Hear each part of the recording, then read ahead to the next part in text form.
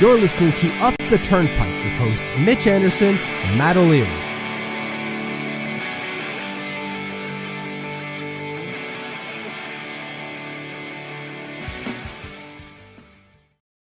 Hello and welcome to the Up the Turnpike post-game show. What's going on? Matt O'Leary with Mitch Anderson. Mitch, how you doing, buddy? I'm fine. Almost like Vegeta, I'm over it. I'm not. I'm almost like Vegeta, I'm over it, but I'm really not. No, that was upsetting. Yeah, it was upsetting because anyways, that's how I'm doing. How are you doing? I lived out your worst nightmare today, by the way. Oh, okay, yeah, you teased that to me during the day today. What do you mean by that? Because I have different pictures of what my worst nightmare could be. So if you're not a fan of if you only are a YouTube person and not a podcast person, usually we start our show with a little banter. Yeah. And after a night like tonight, I think we need a slight banter before we get into this nonsense. Yeah. But Mitch historically is an anti-Christmas guy. Oh, God damn it. I moved and bought a house over the summer, so I have no Christmas stuff. It was a full day of Christmas shopping. It's not even Halloween. I know. I don't want to. Well, not me. The fiance didn't want. Yeah, well, she didn't want all the good stuff to be bought already, so we had some stuff to do. We bought a tree and it was too big, so we brought it back. So that was my day before this mess. That is a living nightmare. Christmas shopping in October. Christmas shopping in general is a nightmare. It's like in October. God damn it. And then, you get this deuce laid on you by the Islanders. So not a great day for your boy. Yeah. Because it started out okay. Started out more than okay, actually. It did. Yeah, kind of like what Rick Rock is saying here. Love the first period by the Islanders.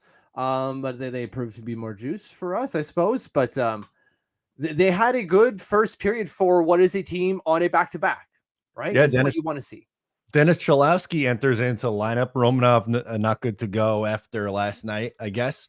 Although he played the rest of that game, which was a little bit bizarre, but maybe, I don't know, maybe feeling a little banged up today. Scott Mayfield played like 20 games with a broken foot, basically. That's true. Right off the face-off, and Cholowski, man, just walks it to center and lets it rip, and it goes in. No, Dennis, no Chilowski. Oh, that was lame. That was tough.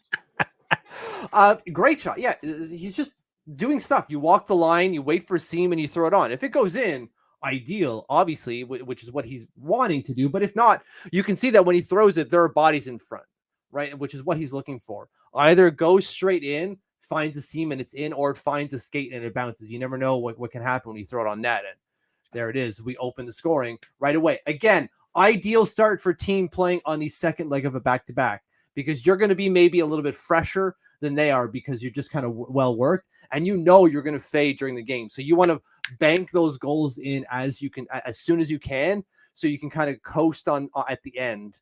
Sadly, they did that, but they couldn't coast. Yeah, Kyle Palmieri would add to it. A deflection this time gets worked around. Nice play by Brock Nelson to get it to Pulock, and a nice effort there by Kyle Palmieri, who gets it to go. Look at him, man. 4 goals in the first, 8 games? He's been on fire. He has been fantastic. How many goals is that? Like Stefan had the tweet. It's 40 goals since Patrick Roy took over. Now 40, maybe 42 or something since the tweet. Like, this guy has been rejuvenated under Patrick Roy.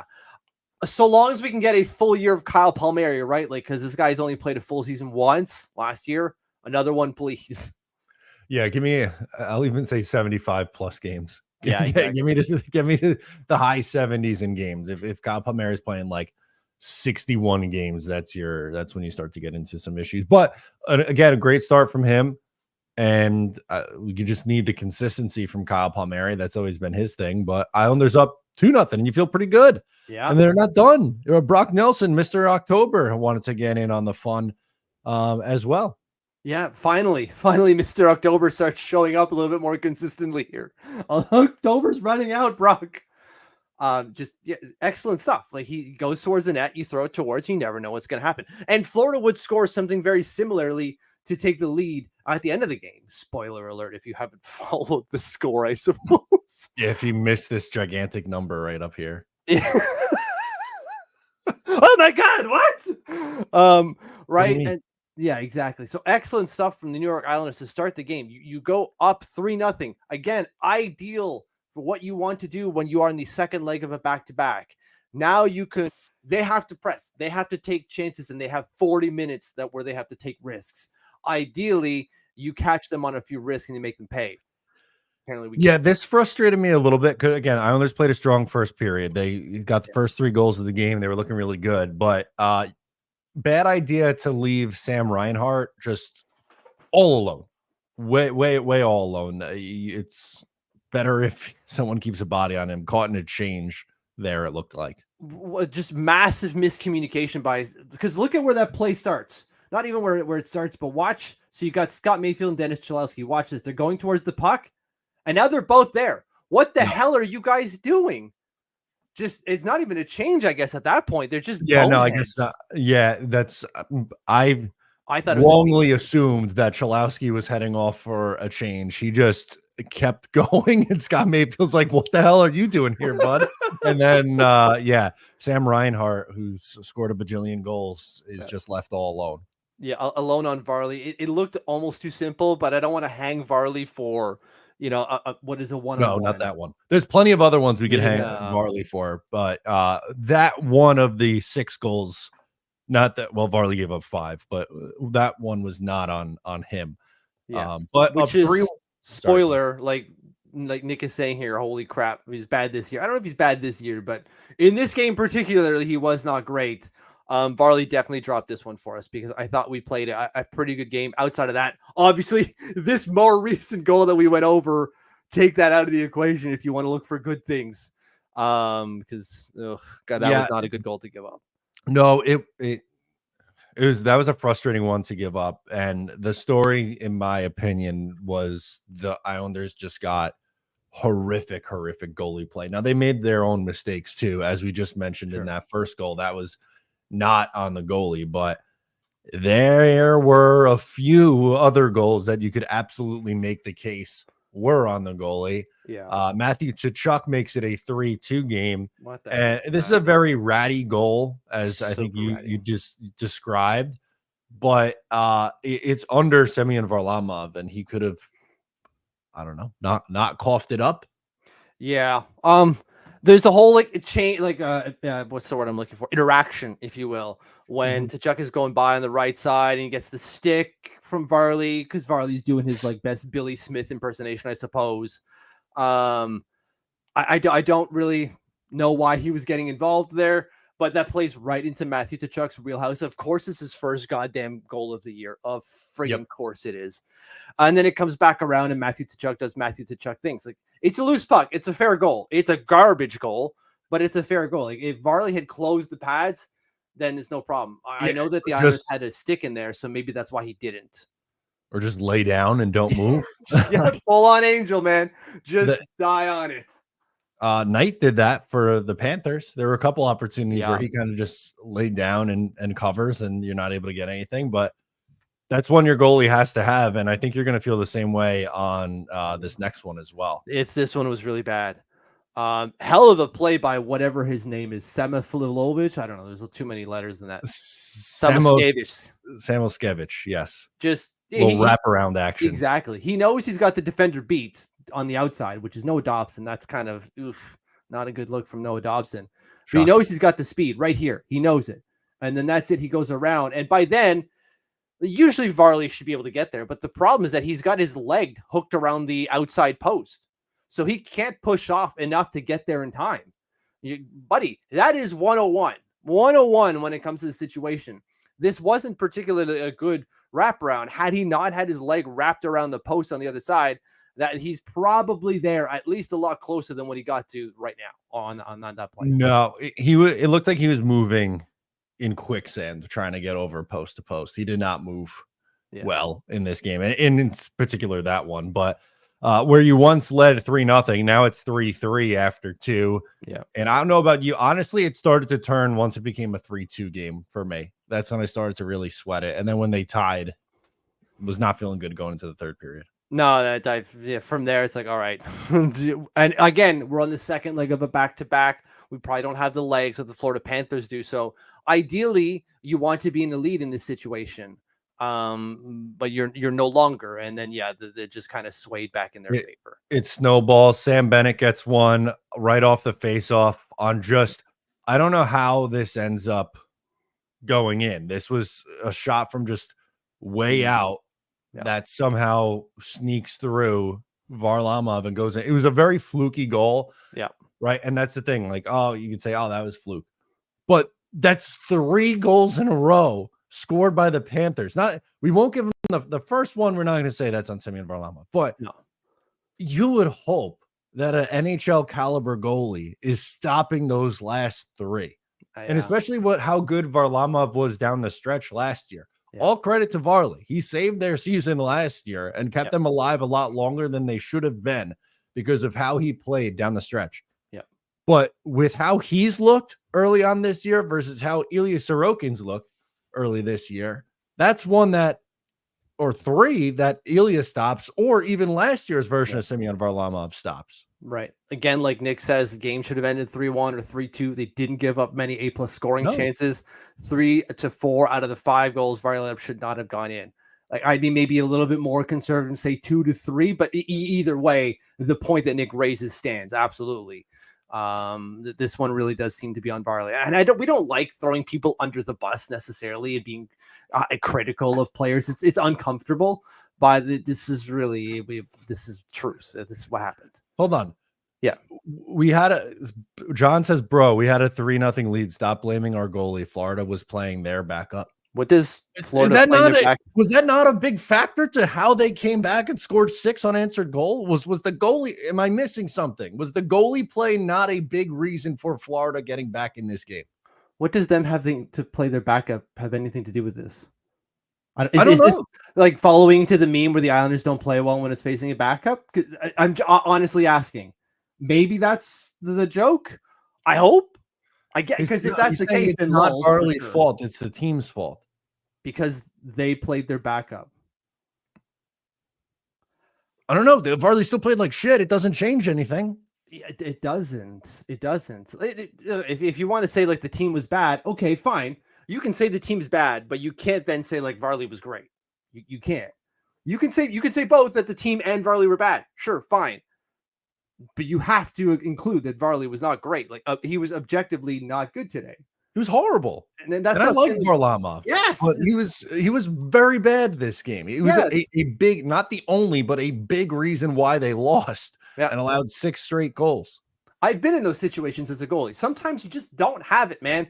You just don't. Like, again, the wraparound one that is bread and butter stuff. Of course, sometimes you get your legs caught and that kind of crap happens, but you can admit that it wasn't a good showing. And that was the case here from Semyon Varlamov. I think that is objectionable, that he was not good today. And one of the reasons we lost. We didn't score more after 3, but as we've seen with Barry Trotz before, you score 3, you should win. I know they're not playing Barry Trotz hockey anymore, but the point I'm making here is that if you score 3, you should win. Which is totally fair. Yeah. Anyway, exactly. Matthew Tkachuk scores 1 on the power play. Even Thomas Hickey was like, I don't think any of the 4 guys the Islanders had on the ice knew what they were doing. Which, if you look at if we look at the dots here, he just walked in and threw it. It was a good shot. It was a great shot. Yeah, it was a good shot. Maybe Varley could have done something, but I'm not about to kill him if it was just a power play goal. It's just on that one now. Plus. Right? That's where it's kind of like, all right, now that's a bit too much here. And then I don't think we need to pull up the dots on an empty neck.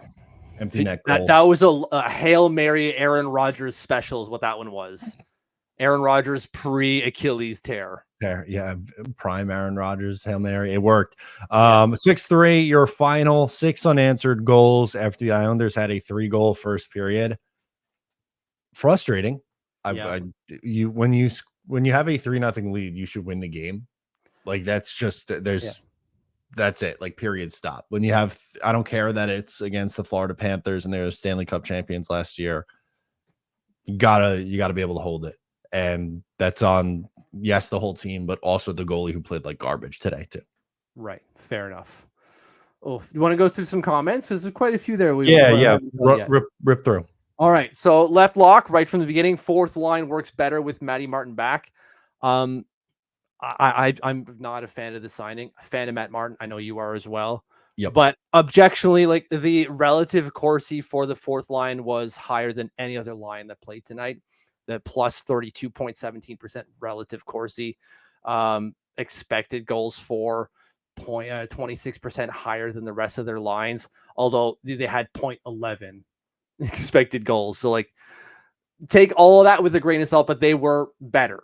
The fourth line was objectively better than what it was before, which is awful to say about what we've got going on in our system in terms of depth. It stinks that I love Matt Martin. It kind of stinks that they had to pivot and go to this now at this, at this point so early in the season. Exactly. John is saying embarrassing home loss. We hurts to watch his team continue to blow leads and give fans no hope. Happened last night also. Well, I get it. I get we shouldn't have gone to overtime last night. That's totally we shouldn't have. That's totally fair. And it's a habit they've done now for a couple of years. Yeah, absolutely. And I think John kind of mentions that a little bit later as well. Engvall's really got that wake-up call, I see. Otherwise, I'm begging you to blast Holmstrom off that first line. Also, why did Lou prevent media from talking before the game? So for those who may not know, usually the coach talks to the media ahead of the game. In this instance, Lou said no one is talking to the media. You're not getting any sound bites from this team, which is unprecedented. That usually doesn't happen, especially now. Like it's not like something bad happened. Yeah, I think it was just because of so many things. And I'm not defending it. They probably should have just had them speak, right? Not a huge deal, but they did make a lot of roster moves today. Exactly, right? So I don't anyways, when you want to talk to Matt Martin, hey, you got signed. How do you feel about that? Your hard work really paid off. Because it did. That'd be fun. It's not a soundbite to have. But no, Lou says can't have no fun. Yep, that was strange. On a positive note, Anders Lee from left lock. Anders Lee, Kyle Palmieri having great starts, 100%. Hope Lee's game sticks this season. Yeah, me too. I'm a big fan of Anders Lee. Last year really stunk, but I think he's looks good so far through 8-9 games this year. Yeah, absolutely. John, again, don't make any excuses. They don't deserve it. This happens again and again. This has been our issue for years. There's no excuses. This is we're not going to be like, well, there's some positive to take out of this game. There always is, but I think the end result here is disappointing. Again, it is. Yeah. Brandon, where does this rank on the list of the most frustrating losses where we had a multi-goal lead? Might be 4, but I don't know. And he lists off some examples. Yes, that's right. This is top 3. Stadium Series, Game 2 against Carolina. There was another one, the Game 5 against Carolina. I would put up there. Last season against San Jose. How far back are we going on this? Is another question. I'm upset, but not nearly as upset as I was in those games. Yeah, I think maybe because the comeback started early for Florida. I'm not. This doesn't even crack my top 5. Although, like, I don't really have a ranking. No, the one against the Devils early last year, really kind of burns me because they scored so many goddamn times on the power play. Yeah, that one would rank higher than this too for me. Yeah. Formula One asking the right questions. Why do NHL players always get their first career goals against the Isles? Yeah. Why? Yeah, good question. I don't get it, but it's fact. Okay. Gonna go through a few more and then we'll put that on pause and get back to them. So this will be the last one for now. Seems like attendance is an issue this season at UBS. I've seen tons of empty seats so far this year. Same with last year, sadly. What do you say to that? I haven't been this year, obviously, but yeah, I haven't been to a game yet this year either. I know this is a big story on Tuesday. Can we give it until both baseball teams are eliminated before or the baseball season's over? We'll say before we start judging this. Like, I don't know. It's nice weather, Mets and Yankee conflicts. I think that's going to get the what's the word I'm looking for? The attention, I guess. Tonight, maybe some like eyebrows raised because it is a Saturday, right? We're not talking about like a Sunday or a Tuesday or a Wednesday, right? The Detroit game was a Wednesday at 7:45. Like, yeah, not a lot of people are going to show up to that. So, but tonight, that's where you're like, and it's Florida, right? Defending Stanley Cup champions. You'd think that people would be there, but apparently not. Hopefully, that's not a sign of things because Although some fans who want change might be seeing that as a positive. As a positive, true. Right? Because if you're not going there and supporting them with your pocketbook, maybe they're more likely to make change. I'm not advocating for that, but some people are, and maybe they will draw positives out of this. Anyways. You can spin it that way. You want to go through the box score? We'll play our game. Who's got the most amount of ice time for Islanders forwards tonight? Okay, so we have 3 power plays. I'm going to say it's Matthew Barzal. No, you got screwed though, because it's a 1 second difference. God damn it. Barzal is second to only Bo Horvat, who played 1913. Well, see, I guess it is technically a center, but I would have gone with probably Brock Nelson as the number 2, but it makes sense that it's Bo Horvat. So yeah, okay, cool. Least Matt Martin, but at more than I thought. 9 minutes 45 seconds. Wow, look at that. Comes out right in. Matt Martin, here you go. First game in like 6 months. You go in there, and 9 minutes 45 seconds. Yeah, and like again, a damning, like I said on the YouTube video after the signing, a damning indictment of what we have, not in the system in terms of like the prospects, but in the system to play on that fourth line in the bottom 6, where they tried Foudy, Julien Gauthier, and Oliver Wahlstrom, and they're like, no, let's call Matt Martin basically out of retirement, please. I know he wasn't retired, and he worked hard to get this contract and deserved it to some degree, but that should not be the case. They should be able to have a functional fourth line. Good hope. 10 games into the season. Come on. Ridiculous. Yeah. Okay. Defenseman. Noah Dobson. Noah Dobson leads the way for Islanders defenseman with 25:01. Okay. Wow. It's close. Okay. Least, I'm going to say it's Dennis Cholowski. Dennis Cholowski, 11 minutes, 18 seconds. Yeah. So that makes all the sense in the world. It was a lot of Noah Dobson, Ryan Pulock, and Adam Pelech. You had 25:01 for Dobson, Pulock at 23:35, Pelech 22:10. And then you had Mayfield 15:04, Mike Riley was 17:58, and Dennis Cholowski was 11:18. Yeah. Okay. So, which makes sense. That's our top 4. We want to run them out like 20 minutes a night. They've earned it. The bottom guys, if we're using Scott Mayfield 15 minutes a night, I'm okay with that. That's fine. Honestly, okay with that. Anyways. Okay. Do we want to keep going? I just want to go through and give close out with the box score, and then we'll get back into the comments here. We can pull it up now. Sorokin did not play. It was Semyon Varlamov, stopped 22 of 27 shots for an .815 save percentage. Shots on goal even at 28 apiece. Islanders better in the faceoff dot, 58.2% to 41.8. Here's a big difference. Power play 1 for 2 for the Panthers. Islanders 0 for 3. Penalty minutes 6-4. Hits, Isles more hits 23-20. Block shots 12-11 in favor of the Panthers. Giveaways 14-10. Isles with more. Takeaways 7-5. Islanders with more. Yeah, I don't like the giveaways in double digits. It is the second leg of a back-to-back, so they're probably going to make more mistakes, but like still keep it clean, man. Puck management is so key. Oh, 14 is too high, man. Too high. Yep. All right. Let's go to these. Nick says, how many slot opportunities will Barzy pass instead of shoot? Barzy is great, but he needs to shoot the puck. Yeah. Yep. He did so last year, right? Career high of like he also put one off the post today too, which was frustrating. That was a nice play with Bo Horvat there. That should have gone in. It was such a great breakout, and to go off the post, he beats the goalie clean, but obviously can't beat his friend on the post. Nope. Corey says Varley's not playing good. He's not horrible, but not good. Totally fair. I think so. And then Holmstrom's not cutting it on the top line. No, he's not. I would tend to agree with that. What is that line here? Simon Holmstrom. They had the worst relative Corsi and the worst relative expected goals for that top line did. 0.19 expected goals for that top line had in 5-on-5 play. The second line had 1.33. Obviously, they did score a few there. So top line is just not rolling with Simon Holmstrom there. It's just not working. Yeah.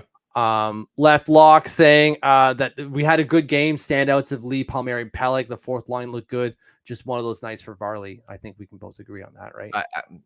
I think that he was a huge difference in this game. Yeah. There were at least 3 goals that you could pin on the goalie today. Yeah. And then feels like Varley it's 1 or 2 soft ones per game. I think that's a bit dramatic, but I think that might stand with like this year anyways. And is our special teams a serious problem that needs to be fixed fast? Yes. Yeah, very much so. Yeah. It was a problem last year too. Yeah, absolutely. Just I don't know what it's gonna take, man. The puck movement was so not crisp on the power play or fast. Like Florida just overloaded us. There's this one particular play along the half walls. They're just trying to do this quick little banter, puck banter between one or the other, just bumping it to each other, trying to open a seam. And Florida just rushes us and the puck's out of the zone. Like just it's stuff that you can prepare for, and they just don't.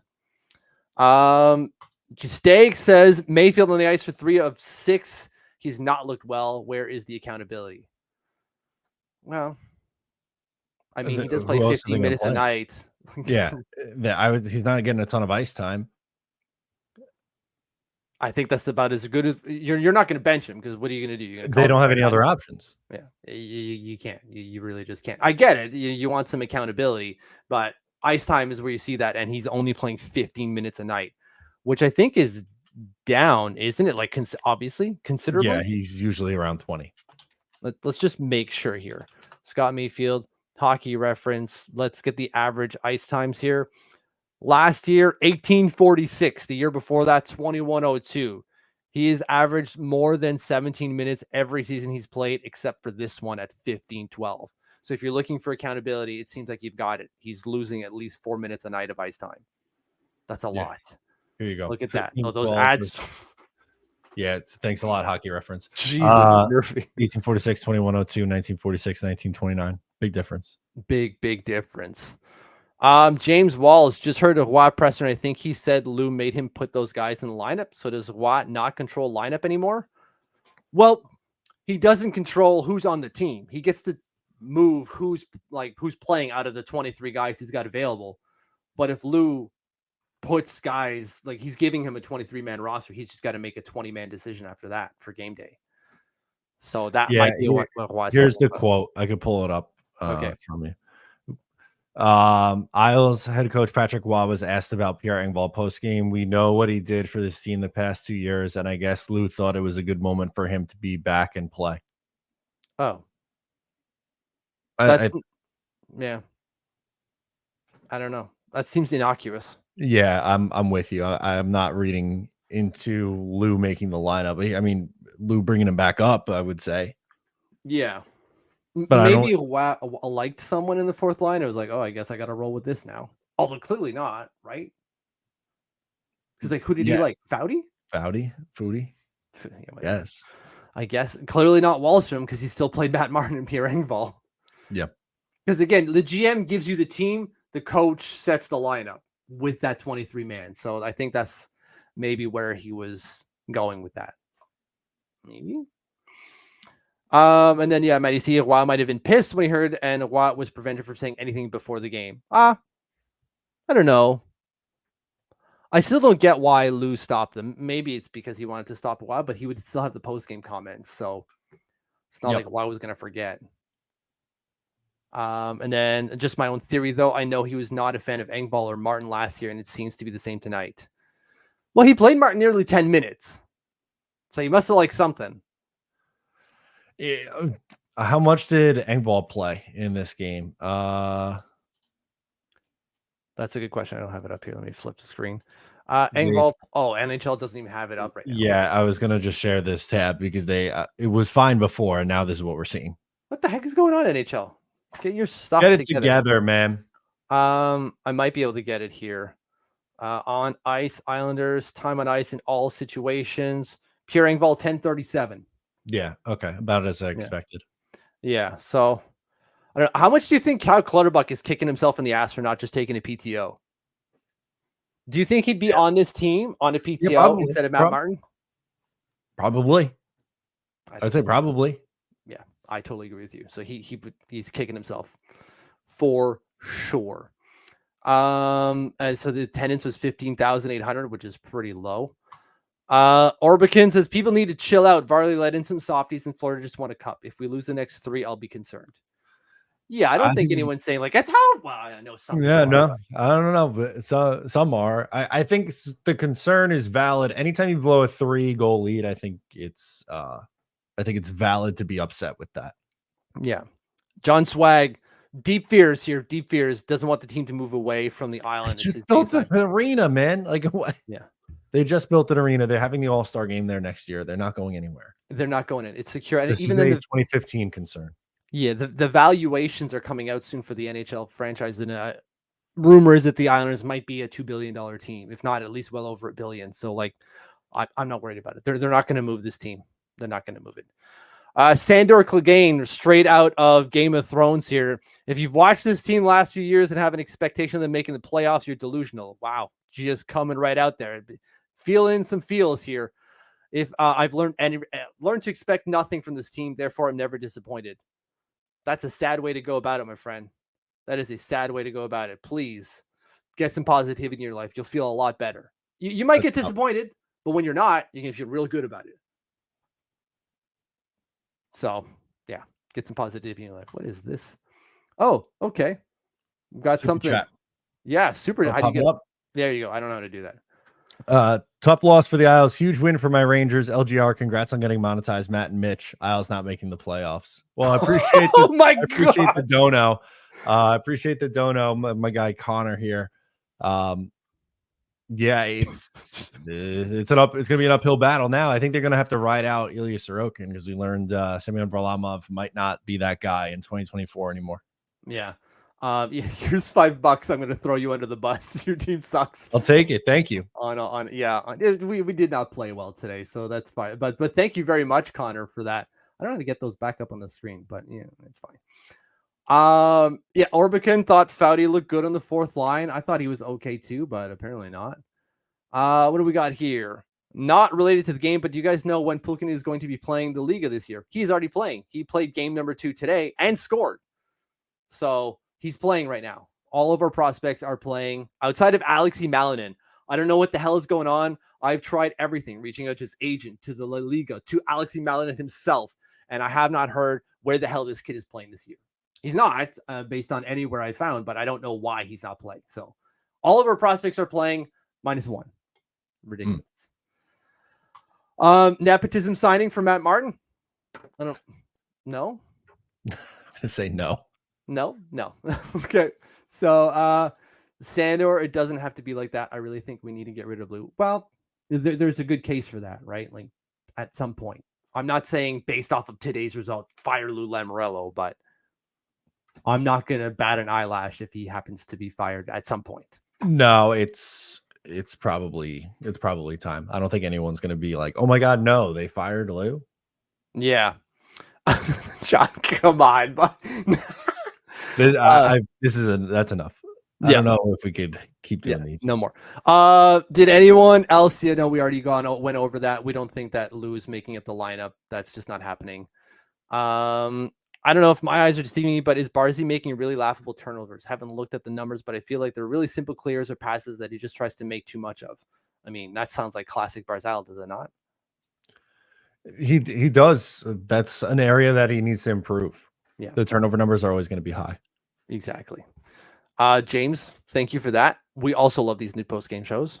Keep tuning in. Yeah, I love doing the post games. Hopefully this channel continues to grow. I think we're seeing positive signs of that so far. And you guys seem to be liking it, which is good. Exactly. Connor Lewis coming in to shoot us again. Should have been fired after last season. I mean, the best time for him to have gone best was probably when we missed the playoffs 2 years ago. That should have been, we're done here. With Barry then. Right. Either way, when we missed the playoffs, that should have been it for Lou. Well, that's 3 years ago, really. Was it 3 years ago? It is. Holy crap. Oh my God. Time flying way too fast. Please don't even accept the chance of Engvall keeping his change of game. He's been doing this since he arrived to Toronto. Good first game back, then returns to lousy hockey. There's something about that where like the highs and lows of Pierre Engvall, just there's no consistency. It's Beauvillier 2.0. It does feel very Anthony Beauvillier coded. Yeah. And then 2 last ones here. Interested in seeing how the few days go. I'm assuming there'll be a practice Monday, so we'll see if the lines change. I don't think we will. Like You don't maybe think they'll Hudson see it Fashing draws in. possible? He's one of the guys who got recalled.